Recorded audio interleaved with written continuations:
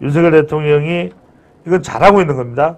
러시아도 비판하고 또 북한에 대해서도 비판을 하고, 그런데 중국에 대해서만큼은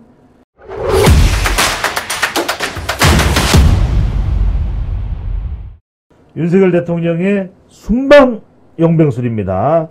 자, 최근에 윤 대통령의 발언 중에 아주 특징적인 게 있습니다. 한덕수 총리의 경우에는 이 오염수를 오염 처리수로 해야 된다. 오염 처리수로 하는 것이 맞다. 왜? 오염되어 있는 물이 아니라 실제 방류가 되는 것은, 자, 탱크에 있는 것은 오염수라고 할 수 있을 겁니다. 하지만 적어도 방류가 되는 것은 이 알프스라고 하는 다핵종 제거 설비를 통해서, 다핵종 제거 설비를 통해서 바다로 흘러나가는 것이기 때문에 이건 오염수의 배출이 아니라 오염된 오염수지만 처리되어 있는 물이다. 말 그대로 오염 처리수다, 이런 의미겠죠. 이런 점을 이제 강조하고 있는데, 윤석열 대통령이 또 외교 관련해서 중요한 것이, 여러분들 주목해서 볼 부분이 이게 왜 그런지 제가 설명을 드릴게요. 이런 외교는 용어가 굉장히 중요합니다. 어느 나라와 더 가까우냐에 따라서 이 국가의 머리글자가 바뀔 수도 있다는 거죠. 그러니까 지금 윤석열 대통령이 그동안에는 우리가 습관적으로 한중일이라는 표현을 많이 썼습니다. 한중일. 그러니까 그만큼 역사적인 이유 때문에 한일, 물론 그렇게 쓰는 경우들도 많긴 합니다. 하지만 또 다른 나라가 들어올 때는 오히려 그 나라를 좀 먼저 세워주죠. 그래서 우리가 미국 같은 경우에는 우리가 의존하고 있고 또 협력하고 있는 가장 우리에게는 중요 국가이기 때문에 미국은 언제나 한국 바로 이름 다음에 옵니다. 한미관계뿐만 아니라 한미일 관계, 한미중 관계, 이렇게 얘기를 하지 다르게 지금 이야기를 하지 않습니다. 그런데 이번에 윤석열 대통령이 이 외교 관련 발언을 하면서 한중일이 아니다, 한일중이다. 한일중이다. 순서를 바꿔버렸어요. 그리고 우리 정부에서도 이 부분에 대해서는 설명을 했습니다. 그만큼 이 일본과의 협력 관계, 이 부분을 강조하기 위해서는 적어도 한중일이 아니라 한일중으로 쓸 수밖에 없다. 그것이 지금 우리가 지향하고 있는 외교다라고 이야기를 하고 있는 겁니다. 그런데 뭐 비판하는 사람들은 그러겠죠. 왜 일본을 더 그냥 이름을 앞에 주냐. 그러면 중국을 꼭 이름을 앞에 넣어야 될 이유가 있다면 그럴 수 있는데 꼭 그런 것도 없는 거잖아요. 그러니까 일본보다는 과거사가 덜 괴로운 오히려 중국을 앞에 놓는 것이 그동안 한중일이었는데, 이번에 윤석열 대통령의 이 아세안 발언 중에서는 일본을 중국보다 먼저 이야기하는 한중일이 아니라 한일중으로 이렇게 이제 표현을 했다라는 것을 우리가 확인할 수 있습니다. 자, 지금 또 하나 우리가 눈여겨봐야 되는 부분은 바로 김정은 위원장의 태도입니다.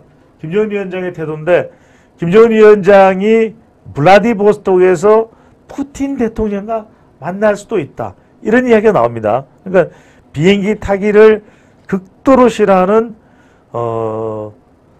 김정은 위원장이 그래서 지난번에 트럼프 대통령을 만나러 갈 때도 비행기로 간 게 아니에요.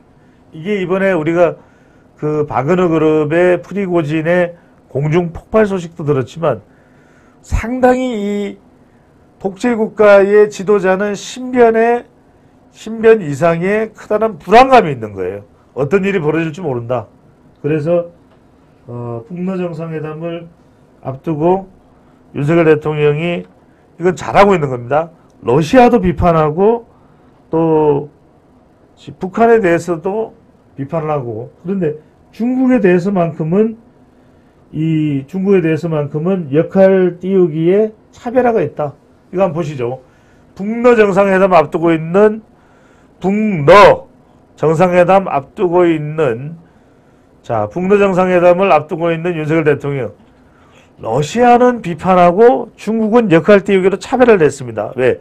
러시아는 김정은 위원장과 직접 만나기 때문에 어떤 칭찬도 해줄 수가 없어요. 그런데 따지고 보니까 미국하고 중국하고도 관계가 뭐 극단적으로 나쁜 상은 아니에요.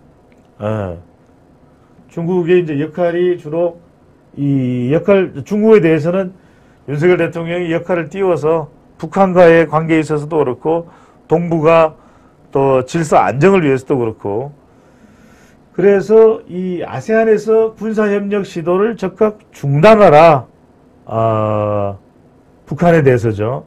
자, 북러 군사공조 움직임을 비판을 한 것이고 중국과 긴밀한 소통을 또 윤석열 대통령이 강조했습니다. 중국 싫다. 우리는 중국 너무 안 좋아한다.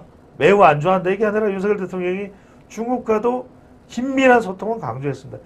이번에 아세안 정상회의도 그렇고 G20도 그렇고 중국의 시진핑 주석은 참석을 하지 않습니다. 그래서 중국의 2인자인 리창 총리입니다. 리창 총리가 참석을 했습니다. 그래서 상당히 좀 이 시진핑 주석이 오지 않아서 김이 샌다. 뭐 이렇게 이야기하는 현지 반응도 있다고 하지만 더 중요한 것은 결국 중국에 대해서만큼은 그래도 윤석열 대통령이 관계 회복의 가능성을 열어두고 있다. 이렇게 보시면 될 것 같습니다.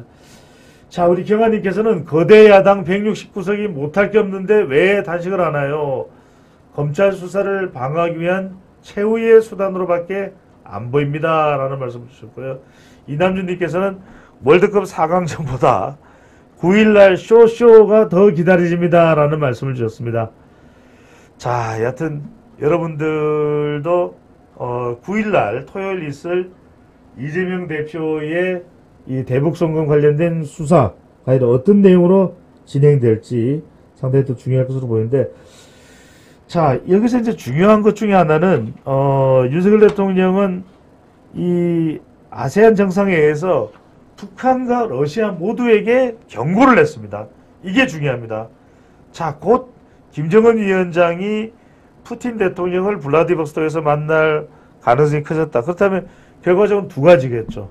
군사안보적으로 북한과 러시아는 협력을 해서 한국과 일본의 위협을 가하든지 아니면 한미일의 이런 협력 관계에 대해서 앞으로 이제 중국까지 포함을 해서 북한과 또 중국, 러시아 간의 결속을 더 다시는 기회로 삼고 있는 건 아닌가, 이렇게 이제 해석을 해야 될 텐데, 여기서 이제 자, 마지막 헤드라인 올려주시죠. 윤석열 대통령이 아세안 정상회의에서 자, 북러 무기 거래를 강력하게 경고를 했습니다. 자, 이 부분이 중요합니다. 그러니까 지금 러시아의 경우에는 북한과 이제 거래를 합니다. 북한이 우크라이나 전쟁을 하고 있는 러시아에게 가장 많이 러시아가 필요한 게 뭐겠습니까? 바로 포탄입니다. 포탄. 총알탄과 또 이 대포 폭탄. 이것이 많이 필요할 수밖에 없는데, 그걸 지금 러시아에서는 당장 뭐 생산해서 양을 다 채울 수도 없는 노릇이고, 북한 너희들은 있지 않느냐.